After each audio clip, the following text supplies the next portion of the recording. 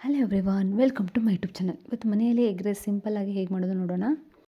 ಫಸ್ಟಿಗೆ ಒಂದು ಬಾಣಲೆ ತೊಗೊಂಡ್ಬಿಟ್ಟು ಅದಕ್ಕೆ ಸ್ವಲ್ಪ ತುಪ್ಪ ಹಾಕ್ಕೊಂಡಿದ್ದೀನಿ. ನಿಮ್ಗೆ ಆಯಿಲ್ ಬೇಕಂದ್ರೆ ಆಯಿಲ್ ಹಾಕ್ಕೊಳ್ಳಿ. ನಂಗೆ ತುಪ್ಪ ಬೇಕು, ಸೊ ತುಪ್ಪ ಹಾಕ್ಕೊಂಡಿದ್ದೀನಿ. ಇವಾಗ ಅದಕ್ಕೆ ಒಂದು ಮೊಟ್ಟೆ ಹಾಕ್ಬಿಟ್ಟು ಚೆನ್ನಾಗಿ ಫ್ರೈ ಮಾಡ್ಕೋಬೇಕು, ಗೋಲ್ಡನ್ ಬ್ರೌನ್ ಬರೋವರೆಗೂ. ಈ ರೀತಿ ಉದುರು ಥರ ಆಗಬೇಕು, ಆ ರೀತಿ ಫ್ರೈ ಮಾಡ್ಕೋಬೇಕು. ಲೋ ಫ್ಲೇಮಲ್ಲಿ ಇಡಬೇಕು, ಇಲ್ಲಾಂದರೆ ಸೀದು ಹೋಗ್ಬಿಡುತ್ತೆ ಅದು. ನೋಡಿ, ಈ ರೀತಿ ಆಗಬೇಕದು.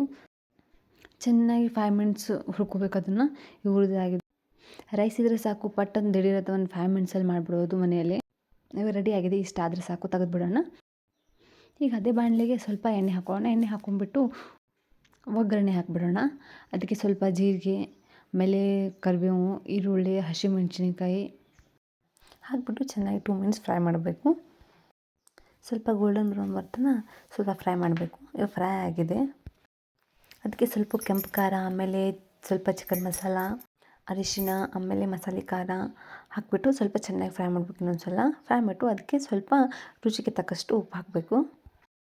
ಉಪ್ಪು ಹಾಕಿಬಿಟ್ಟು ಚೆನ್ನಾಗಿ ಇನ್ನೊಂದು 2 ಮಿನಿಟ್ಸ್ ಫ್ರೈ ಮಾಡಬೇಕು. ಇವಾಗ ಚೆನ್ನಾಗಿ ಫ್ರೈ ಆಗಿದೆ. ಅದಕ್ಕೆ ಮೊಟ್ಟೆನ ಹಾಕ್ಬಿಡೋಣ.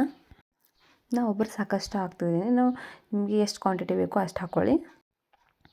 ಇವಾಗ ಅದನ್ನು ಮತ್ತೆ ಚೆನ್ನಾಗಿ ಇನ್ನೊಂದು ಸಲ ಫ್ರೈ ಮಾಡಬೇಕು. ಕೈ ಬಿಡಲಾರೆ ಹಂಗೆ ತಿರುಗಿಸಿರಬೇಕು. ಅದು ಸ್ವಲ್ಪ ಉದುರು ಥರ ಆಗಿರಬೇಕು. ನೋಡಿ, ಎಣ್ಣೆ ಬಿಡುತ್ತನ ಈ ರೀತಿ ಫ್ರೈ ಮಾಡಬೇಕು.